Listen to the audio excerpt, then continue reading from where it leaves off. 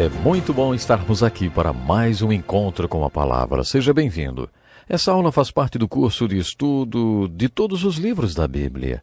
Na aula de hoje estudaremos o Evangelho de Mateus.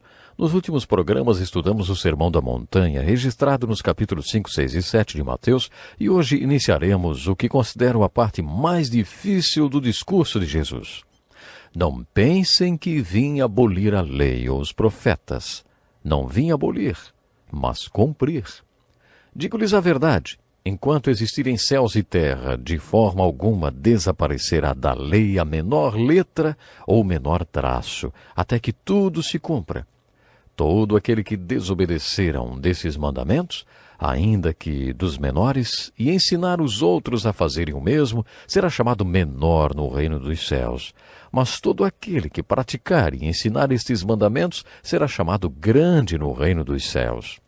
Pois eu lhes digo que se a justiça de vocês não for muito superior à dos fariseus e mestres da lei, de modo nenhum entrarão no reino dos céus. O texto que acabei de ler encontra-se em Mateus 5, dos versículos 17 a 20, e é o início de um dos ensinamentos do Sermão da Montanha. Vimos que a base do Sermão da Montanha são as bem-aventuranças e que todo o resto do sermão, nos capítulos 5, 6 e 7, são aplicações desse ensino básico. Nessa passagem que vocês ouviram, Jesus está dizendo duas coisas. A primeira nos fala sobre os seus discípulos que devem ser a solução e a resposta de Jesus na terra. Jesus está dizendo que seus discípulos devem ser justos e que se eles entenderem o que ele estava ensinando naquele monte, a justiça dos discípulos excederia a dos escribas, dos fariseus e dos professores da lei. A segunda coisa que Jesus está ensinando nesse pequeno trecho tem a ver com a filosofia das Escrituras. Você precisa, mais uma vez, imaginar todo o povo lá embaixo, no sopé da montanha, vivendo todo tipo de problemas. Você também deve se lembrar que o ensinamento dado no topo da montanha deveria ser manifestado para as multidões através de pessoas de caráter cristão, que causem impacto nas culturas pagãs. Essa é a aplicação que fazemos desse ensinamento. Jesus estava questionando: vocês estão vendo toda aquela gente lá embaixo? Vocês só conseguirão ser a solução para os problemas delas e a resposta para as suas dúvidas se tiverem uma vida de retidão e justiça. Por isso vocês devem viver corretamente, para poderem ser minha solução e uma das minhas respostas. Além disso, ele também estava dizendo: tenho minha própria filosofia a respeito da lei de Deus. Quando Jesus se referia à lei de Deus, ele queria dizer as Escrituras. Naquela época, ainda não havia o Novo Testamento, por isso Jesus estava se referindo à lei e aos profetas, ou à lei de Deus, que hoje chamamos de Velho Testamento. O que Jesus estava dizendo aos seus discípulos era algo mais ou menos assim, quando vocês descerem até aquela multidão para ser parte da minha solução e da minha resposta para eles, terão que conhecer a lei e os profetas, ou a lei de Deus. Vocês terão que saber como usar a lei de Deus. Nessa parte do Sermão da Montanha, Jesus usa várias vezes a frase: vocês ouviram o que foi dito, mas eu lhes digo. Muitas pessoas acham que Jesus queria ser melhor do que Moisés, e que era como se ele estivesse dizendo: Moisés ensinou isso, mas agora eu vou dizer como a coisa realmente é. Essas pessoas acham que o que Jesus disse contradiz Moisés, e por isso até questionam a validade de se ler o Velho Testamento, já que para eles Jesus o tornou obsoleto. Lendo atentamente o capítulo 5 de Mateus, concluímos que Jesus não invalidou o Velho Testamento. O que Jesus deixou claro no Sermão da Montanha é que tudo o que ele ensinou se encaixa na palavra de Deus, mas não se encaixa nos ensinamentos e tradições dos escribas e fariseus. Antes da reforma da igreja, para ler a Bíblia, era necessário entender hebraico, grego e latim, porque durante 1000 anos a Bíblia foi publicada apenas nestas línguas. Entre os anos de 1522 e 1534, Martim Lutero traduziu a Bíblia para o alemão e com isso pessoas comuns como o sapateiro, o encanador, o carpinteiro, qualquer pessoa a quem chamaríamos de leiga pôde ler a Bíblia. A igreja achou que seria muito perturbador permitir que leigos lessem e interpretassem a Bíblia sozinhos. A igreja queria interpretar a Bíblia para o homem leigo. Quando Lutero traduziu a Bíblia para o alemão, acabou fortalecendo a reforma da Igreja na Europa. 200 anos antes de Lutero, Wycliffe tinha traduzido a Bíblia para o inglês. Para vocês terem uma ideia de como a Igreja se sentiu com esse trabalho de Wycliffe, depois da morte dele, eles exumaram seus ossos e os queimaram. Seguiram-se muitos outros tradutores da Bíblia para línguas comuns. Esse acesso que o homem comum teve às Escrituras levou à Reforma. Centenas e milhares de pessoas juntaram-se à Reforma e foram chamadas de protestantes. Essa palavra quer dizer manifestar-se contra e protestar. Os protestantes manifestaram-se contra os ensinos da Igreja Católica que, na opinião deles, não eram baseados nas Escrituras. O contexto em que Jesus deu esse ensinamento de Mateus capítulo 5 era semelhante ao contexto em que o povo de Deus viveu no período anterior à Reforma.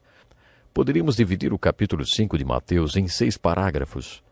No primeiro, Jesus disse: "Vocês ouviram o que foi dito, mas eu lhes digo." Na maioria das vezes que Jesus disse isso, ele não estava citando Moisés, mas ensinos dos escribas e fariseus, segundo a interpretação que eles faziam de Moisés.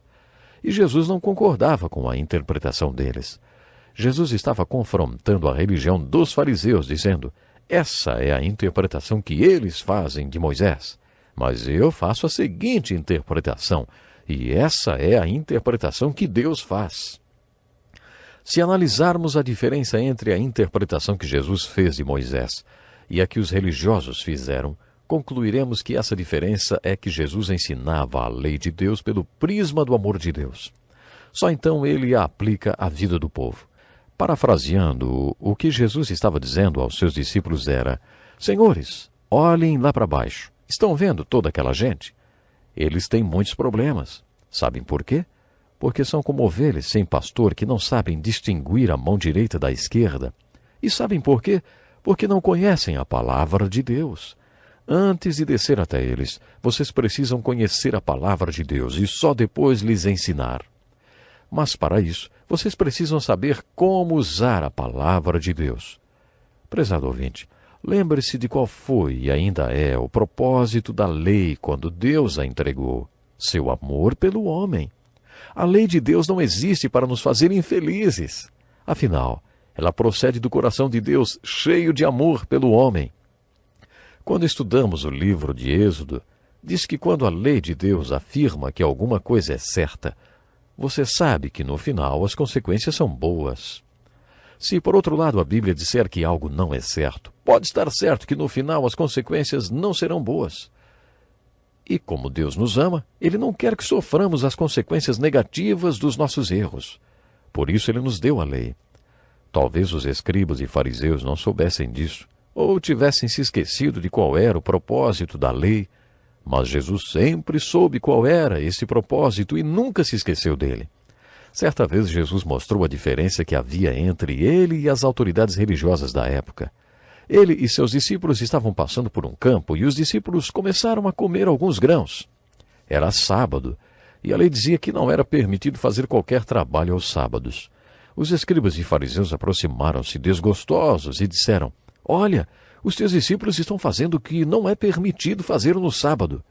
Jesus respondeu: "Vocês não leram o que fez Davi quando ele e seus companheiros estavam necessitados e com fome? Nos dias do sumo sacerdote Abiatar, Davi entrou na casa de Deus e comeu os pães da presença, que apenas aos sacerdotes era permitido comer, e os deu também aos seus companheiros." Jesus os lembrou que o propósito dos pães da presença era dizer ao homem que Deus dá o nosso pão diário e satisfaz nossas necessidades. Os escribas e fariseus deixariam que um homem morresse de fome, mas não lhe dariam aquele pão. E Jesus continuou: "O sábado foi feito por causa do homem, e não o homem por causa do sábado." Jesus nunca se esqueceu disso. Quantos de nós já nos esquecemos disso, não é verdade? Quantos interpretam as Escrituras como os fariseus? Nunca me esqueço de um moço que me procurou depois de um culto. Ele tinha 23 anos, tinha se convertido, estava servindo a marinha. Ele tinha andado de porto em porto, vivendo em pecado, dormindo com muitas mulheres. Quando ele tinha 20 anos, casou-se com uma garçonete de um bar, enquanto estava bêbado, mas acabou divorciando-se quando ficou sóbrio. Aos 23 anos, visitou nossa igreja e se converteu. Quando ele contou à sua mãe que tinha nascido outra vez, sua mãe disse: "Que maravilhoso!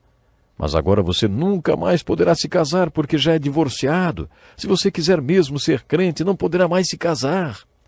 O coitado do moço veio conversar comigo depois de me ouvir pregar sobre a palavra justificado. Aprendemos no livro de Romanos que justificado significa o mesmo de nunca ter cometido pecado. Nesse sermão eu disse que nossa vida é como uma fita cassete e que quando cremos na morte de Cristo para nos salvar, Deus apaga os pecados da nossa vida. Quando há pecado, Deus corta o pecado fora da nossa vida. Através da justificação, e quando Ele toca outra vez a fita da nossa vida, aí não aparece pecado algum, tudo foi apagado. Quando esse jovem me procurou, achava que estava perdido. Ouvi o senhor falar que é como se eu nunca tivesse pecado, mas aquelas mulheres com quem dormi, Deus vai ter que cortar a minha vida toda. Minha mãe falou que, a não ser que eu volte para aquela mulher com quem me casei, quero dizer, com que assinei o contrato de casamento, eu não poderei mais me casar com ninguém. Então eu vou ficar só para o resto da vida? Como eu faço, pastor? O que será que a Bíblia tem a dizer a respeito dessa situação? Deus queria que aquele jovem tivesse um lar cristão feliz. Será que agora essas mesmas leis seriam usadas para dizer que ele nunca mais poderia se casar nem ter um lar? Era isso que os escribas e fariseus faziam. Eles se esqueceram que a lei surgiu do amor de Deus e passaram a usá-la de maneira legalista. Às vezes a Bíblia é usada para acabar com o povo. Foi isso que Paulo quis dizer quando afirmou: a letra da lei mata. Aquele jovem que eu estava falando, ele foi justificado. A velha vida dele tinha sido apagada completamente. Ele estava livre daquele velho pecado. Eu tenho que encerrar agora. Lembre-se, não seja prisioneiro da letra da lei.